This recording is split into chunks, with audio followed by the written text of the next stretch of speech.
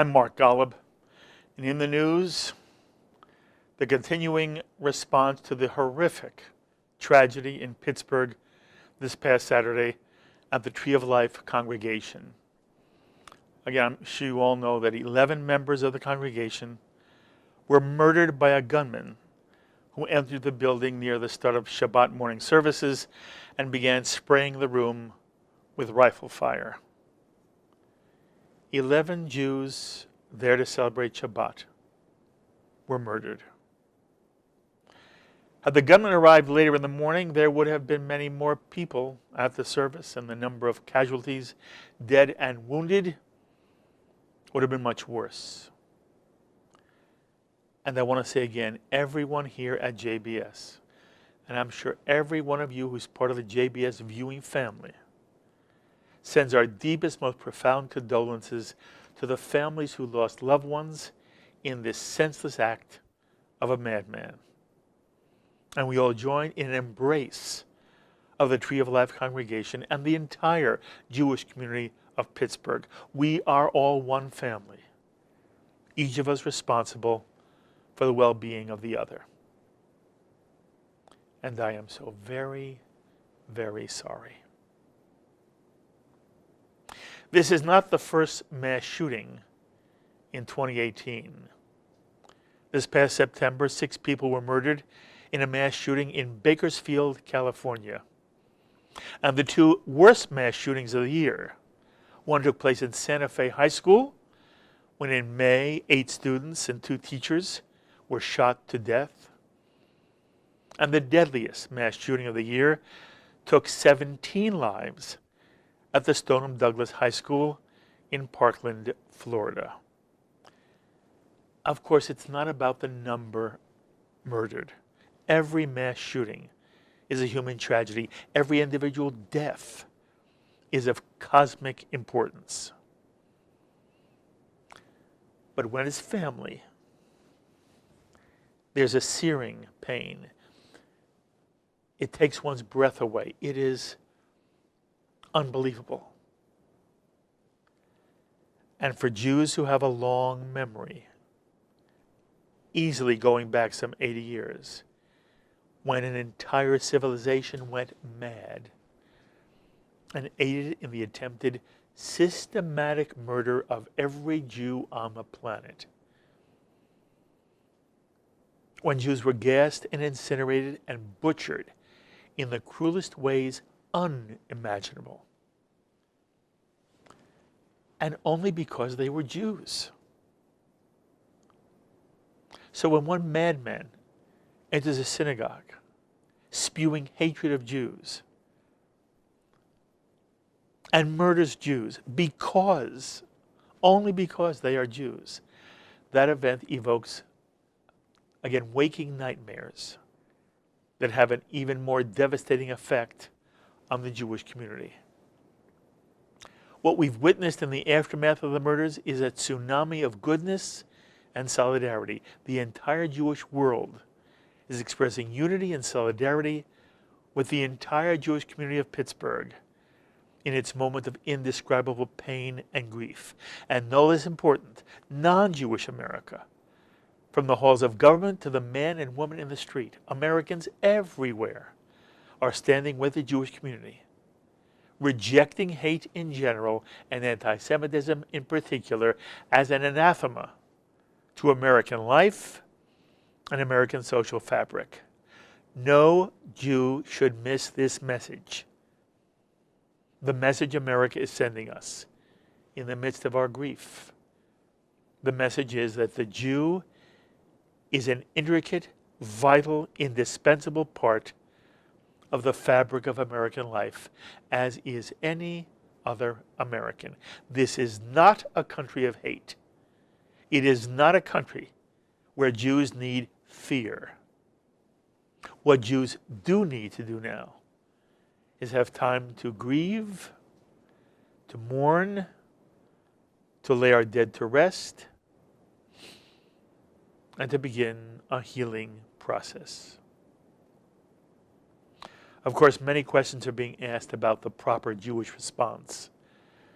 And so I'm very pleased to have on our JBS phones now a man who is in the forefront of fighting against all forms of anti-Semitism everywhere in the world, but especially in the halls of academia, Charles Small, founding director of ISGAP, the Institute for the Study of Global Anti-Semitism and Policy, and he's a dear friend whom you've seen many times here on JBS. Thank you so much for joining us again, Charles. I'm honored to be with you again, Mark, and it's an unfortunate occasion that I get to speak with you.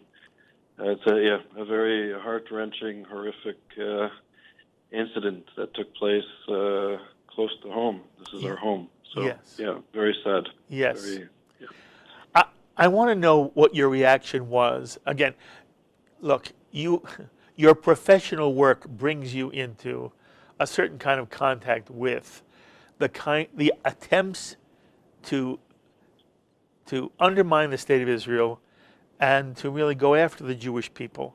So I'm curious to know, Charles, what your reaction was when you learned of Pittsburgh. I think my reaction, it's actually difficult to describe, I think, like many people. It was one of devastation, of shock that on a Shabbat morning in a sanctuary, in a synagogue, somebody so depraved with hatred would carry out such an a cruel and devastating act. It's terrible. Mm-hmm. It's really terrible. So, yeah, so shock and horror and devastation. It's difficult to even articulate what I felt. Absolutely. What I feel. I understand completely. Yeah, and I think your opening remarks were very, very good. As good as we can articulate in these difficult times. You spoke well. Thank you. Appreciate it. Thank you. Charles, what do you think it means? Does it have a larger meaning? And I've been taking the position that there have been multiple mass murders over the years. It is becoming almost ho-hum, as terrible as that may be. And, when children are the victims, it evokes a certain kind of extreme response, appropriately so. But they seem to be, all of these mass murders, seem to be the act of, number one, individuals, not groups, who are not only motivated out of some sense of hate, but are severely mentally disturbed, mentally ill. So I want to hear from your perspective as the director of ISGAP, to what extent do you worry that when a lunatic goes into a synagogue sanctuary in Pittsburgh and kills 11 people, there's something larger to the story than simply an isolated incident? Yeah, so I think we have to get beyond the description and go deeper into analysis. What happened in Pittsburgh, I think, is part of a larger issue, a much larger issue, and I think we have to, as a community, really understand what anti-Semitism is today, not only historically, but what it is today, and what are the manifestations of anti-Semitism, and how was this act, which was clearly anti-Semitic, and yes, there's mental illness in the United States of America. That's a significant social and medical problem that needs to be addressed. Yes, there's serious gun control issues in the United States of America that hopefully one day could be addressed. But I don't think this diminishes the fact that this was a brutal anti-Semitic act, and the person who's the alleged killer, he's innocent until proven guilty, and he'll go through the process of a trial, but it's clear to everybody that this man was guilty. He went into a synagogue with the stated intent of killing Jews based on anti-Semitic conspiracy theories, which are, as a scholar, I can say, are rampant in the United States of America and around the world. And I think the community, our leaders, the journalists, the scholars, the rabbis. We really need to come together and understand the challenge which is facing the Jewish people from Jerusalem to Belgium to London and Paris, and now in the United States of America. Something is happening, and we need to understand what is taking place so that we can defend ourselves effectively. Tell us. And Tim, Okay. yes. Charles, tell us what's happening. And again, when you mentioned many places on the face of this earth. You mentioned Europe, you mentioned Israel, and you mentioned the United States. Mm-hmm. Let's begin with the United States. What's happening here that you have seen? What has been published in any kind of credible setting that you feel expresses anti-Semitism, that troubles you, and that you feel the specific man aside, it causes you to worry that anti-Semitism will grow in the United States? What have you seen that I haven't seen? Right. So I'm not sure what you haven't seen. I know you're well versed and educated on these issues. But having said that, from my perspective, I think we really need to look at the root cause of anti-Semitism. So what is the ideology of anti-Semitism? And what does the extreme right in this country, white supremacists, anti-Semites, extreme nationalists, xenophobes, what do they have in common with the extreme left? People who are engaged in the BDS movement, the attack on Jewish peoplehood, the attack on the very right of Israel to exist as the homeland of the Jewish people, the extreme left. What do they have in common with the extreme right? And what does the extreme right and the extreme left have in common with political Islam?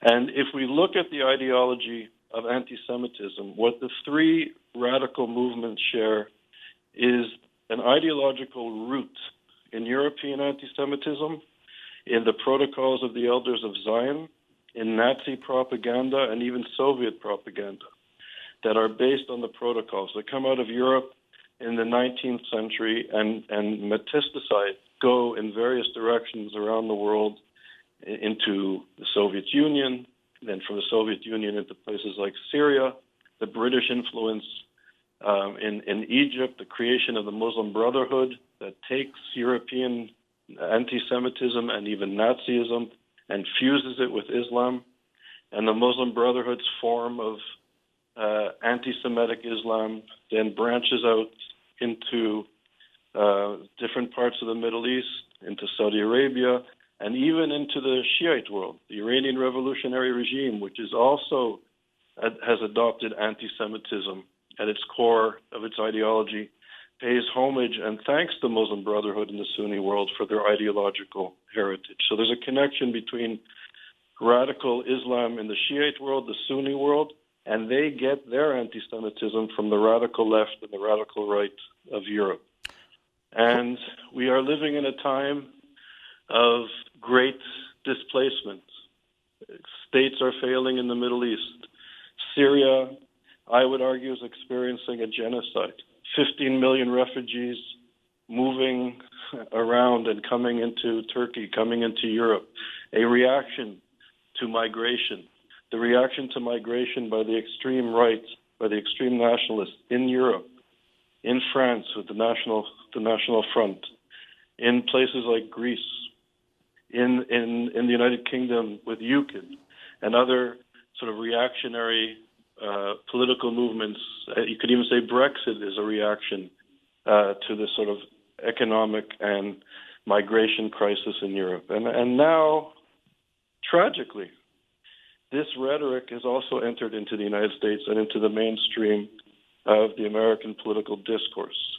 So, and I think that we have to own the fact that there has been dog whistles, there has been the demonization of refugees, there has been the demonization of people coming from certain countries and potentially entering into the United States. So there is this discourse of fear from the right. And I would say at the same time that the right should be criticizing the right and the left has to criticize the left.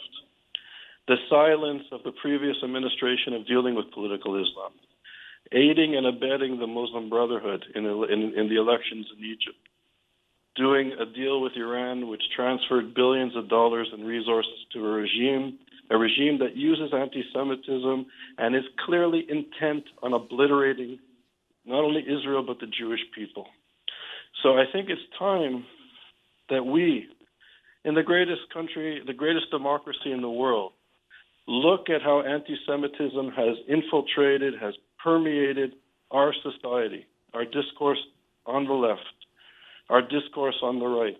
And I dare say, tragically, at some of our finest universities in this country, young students are learning to perceive Jewish self-determination in our homeland as racist, as apartheid, as fascist, as imperialist, as colonialist. And we have tolerated this. We have tolerated this in our community, and we've put up with it. So I think it's time that we take an honest look at the problem here and how anti-Semitism in the United States is rooted in notions of white supremacy and violence. And that goes back, you can argue, to the very foundation of this society. So we need to take a very sobering look at what is happening and how can we as a community confront these forms of anti-Semitisms, I guess with an S, and reach out to people of goodwill on the right, on the left, and within other religious communities. So, absolutely. And I think there are people of goodwill. Absolutely. We have to go deep into what we're confronting now. Okay. And it's more advanced in Europe, I would say. Yes. It's washed upon our shores. And what are we going to do? Okay. When people talk about the right, the skinheads, the white supremacists, blah, blah, blah, we know who they're talking about. When you say you are also concerned with what the far right shares with the far left, in America, who is the far left?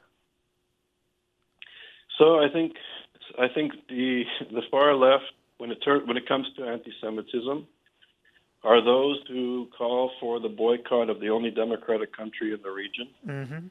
There are those who call for they demonize Israel, and many of us on the left, on the so-called left, perceive this anti-Semitism as just a problem for the Israelis and the Zionists and the stubborn Israelis in the peace process. But we can see now that the demonization of Israel has led to the demonization of Jewish communities in Europe and now in the United States who are intrinsically deeply rooted to Israel, politically, socially, culturally, religiously. So if Israel is an apartheid, racist, fascist state that should not exist, then what happens to the young Jewish students on campus that are part of Jewish organizations and Zionist organizations? What happens to people who are walking to shul on Shabbos in Paris, in Belgium, in London, in Pittsburgh? They also have become targeted of this BDS, demonization of who Jews are as a people. And this cannot be tolerated anymore. We've tolerated it in the media of record. We've tolerated it at the best universities in this country. And it's time to really look at the implications of this anti-Semitism. And how can liberal, and I consider myself a person of the left. That's where I come from.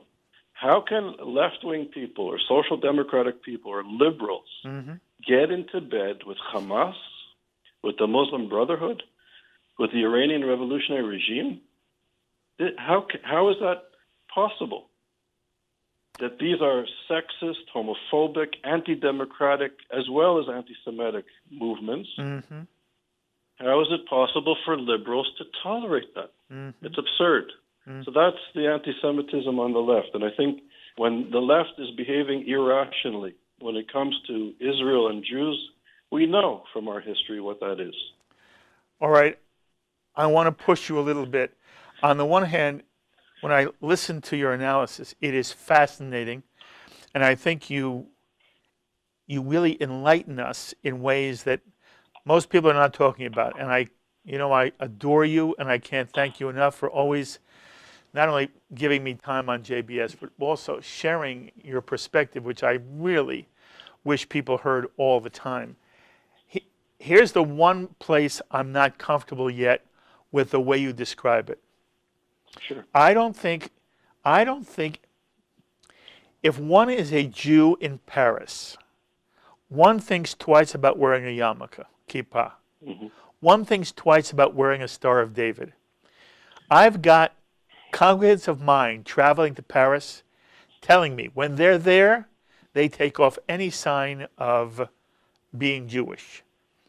And a lot of it has to do in Paris with a growing Islamic population, and the Islamic population in Paris does not like Jews. But then you say in Pittsburgh, I don't believe there's a Jew in Pittsburgh who worries about where he does or does not wear a kippah, does or does not wear a Jewish star. Before this horrific event, which I believe is an isolated act of a lunatic, yes, anti-Semite, but a lunatic. I do not believe he is part of a movement. I don't believe now the Jews of Pittsburgh are in any mortal danger. You spend time in various places in America. Right now you're in Miami. I don't believe you are in any danger. I don't believe any Jew in Miami is in danger. I'm in New York. I'm in Connecticut. I'm in New Jersey. Do I think there's anti-Semitism around? But real hardcore, where people are going to do something who are not lunatics, and less than a lunatic is going to do something violent to Jews. Do I think that the Jewish Center here at the JCC in Manhattan now has to worry, that the JCC in Stamford, Connecticut has to worry? And look, we'll be vigilant. I have no problem with vigilance. And if they want to have police guard for a period of time, they can. It'll discourage another crazy. But my sense is, Charles, that the kind of anti-Semitism that really does exist in France, in England, in Western Europe, encroaching into Eastern Europe, that's a violent form of virulent anti-Semitism. I don't believe anti-Semitism is part of the American fabric. I don't think the American people are sympathetic to anti-Semites. I believe the people of America see Israel much differently than those in the halls of academia. And while I don't want to put my head in the sand, nor do I want to say the sky is falling if it isn't. From my perspective, as horrific as Pittsburgh was, it is not representative of some movement which should frighten Jews of America that Kristallnacht is around the corner or that Paris is here. What's your response? So you raise a good point and good question. So I would respond by saying this, that each society has different political and sort of cultures. And I think that the manifestations of anti-Semitism in Paris, or even anti-Semitisms in France or in Paris, would be different than Belgium, would be different than Athens, would be different than London. So the anti-Semitisms are based on patterns of migration. So you point out there are large Muslim communities in France from specific countries, and they're predisposed to anti-Semitic views, perhaps more than Muslim immigrants in Germany, for example. There's a difference, and we've done surveys, and we know there's a difference. So anti-Semitism manifests differently in each society, even though there's global trends. So that's the first thing I would say. Since the mass murder in Pittsburgh, the anti-Semitic mass murder, I've been rereading George Fredrickson's book. He was a professor at Stanford, and he wrote a book called The Short History of Racism. And I urge people to read it. And he looks at the commonalities, the common root of white supremacy in the United States of America, and how it was not only racist against people of African descent, but violently racist against Jews, or violently anti-Semitic against Jewish people. So that strain of anti-Semitism is here, and it's rooted in American society. And I would point to Charlottesville. And what shocked me about Charlottesville is the fact that hundreds of white nationalists, white supremacists, racists, anti-Semites marched with no sheets. We are living in a moment in American history where these thugs are no longer afraid to go barefaced. They walk without sheets because I guess they feel empowered to do so. That's troubling to me. I know that our office in New York City, we share office space in the American Jewish Committee building, the AJC building.